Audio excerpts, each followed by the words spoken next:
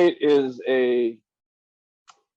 I guess, how do I explain this? I guess over the years, I've understood that real estate is a tool that is used to enhance your banking strategy, due to the fact that, we buy real estate for one thing, and that's to make us money.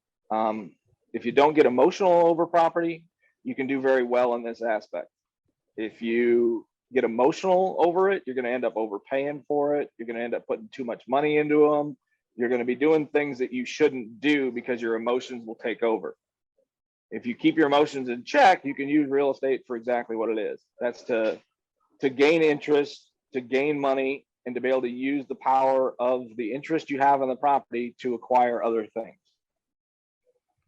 So that's what I use property for.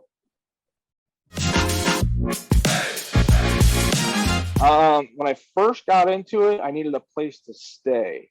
I was at ASU on college, going to college, and me and four of my pledge brothers needed a place to stay. So an opportunity came up to where a gentleman was getting rid of his condo, and he said, I need $60,000 for it. He goes, I own the house, so if you can't get a loan, I'll carry the loan. He goes, I need $12,000 up front. Let me know by Monday. I'm like, oh, okay. So this was Friday. I went to four of my pledge brothers and says, I need $3,000 a piece, and we can buy this house. And that's how it all got started. And then I charged them $400 each a month rent back in 1989. And when I burned through their $3,000, then they paid me $300 a month. And then I gave all that money to the homeowner. And then by the time I left college, I own the property. I've been a firm believer. I've always had ways to, I'm a farm kid by trade. So we've always done things untraditional.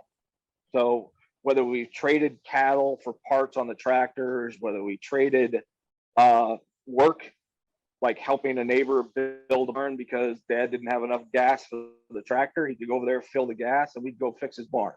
Whatever it was, that's how we did it back in the days. And that's how I learned growing up is there are untraditional ways than just going to a bank and getting money to buy things. And I think that's where it kind of gave me a leg up in life, because now I understood the power of trade or unconventional financing, or however they word it nowadays.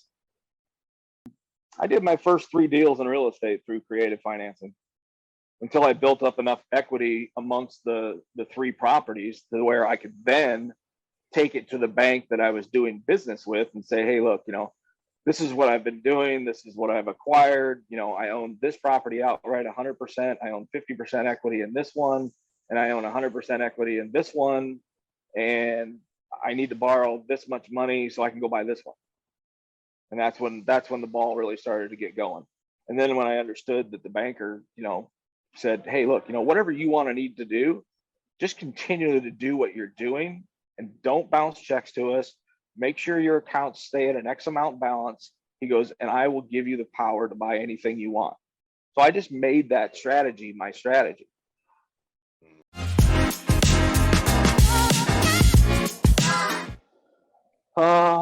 When I got to probably my 6th and 7th property, I started a handyman company to start helping me.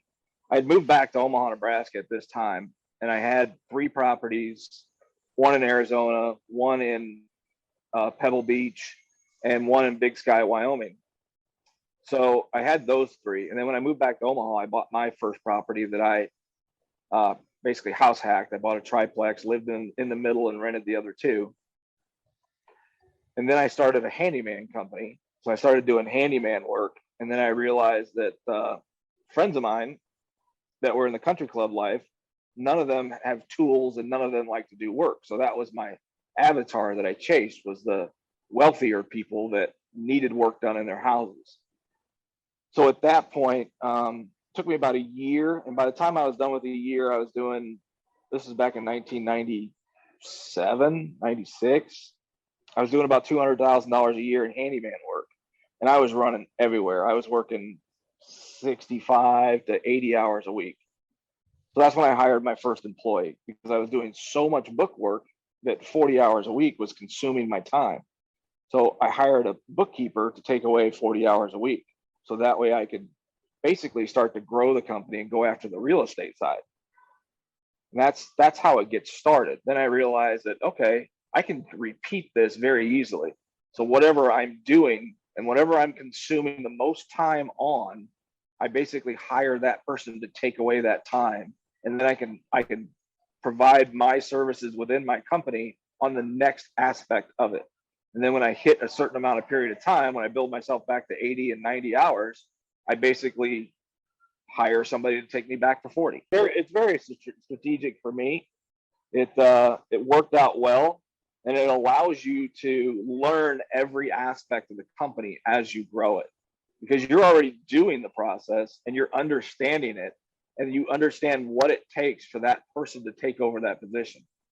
And as long as you put yourself and that person in a position of success so that they know where to go with that position, it works out very, very well.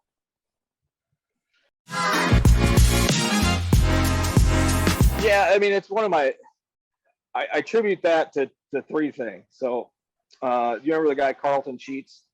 Yes.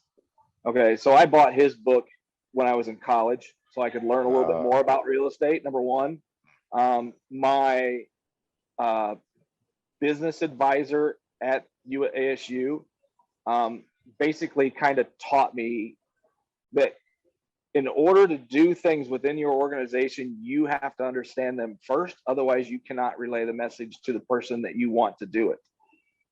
So that's kind of how I formulated. I didn't have a problem with work ethic. Work ethic has always been in my blood. So I could work myself 100 hours a week and not even worry about it. It doesn't bother me, because that's what we were born and raised to do. You know, when you work on the farm, you do what it takes until the problem is done or fixed. And, you know, that's how we got along. So then when I got my mentor in 98, 96, 97, somewhere back there, 26 years, 27 years, 25 years he's been with me. But I got a mentor, and he's the one that basically helped me understand how to grow a business. And he says, people today don't want to work for an organization that just applies them as a number. They want to be a part of your success. And what's the easiest way to give somebody a part of success? Well, give them ownership in your company.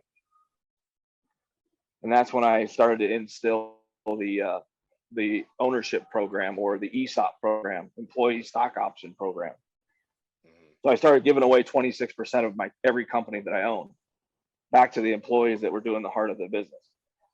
It worked very well. I mean, like I said, I've always been an outside the box thinker. Number one, like I said, being a farm kid, you learn how to work. Being a suburb kid, I don't think you see the aspects of work as much. You may go work for somebody, and the only thing you know is power that person ever gives you. So with me, you know, my father gave us, you know, opportunities. Hey, you know, you're 13 or 11 or 10 or whatever age it was. He just said, hey, it's time for you to learn this within our organization, which would be the farm. You need to go jump on that tractor, and I need you to go hook up to that trailer, and I need you to back it down the street for 100 yards straight and then come back to me.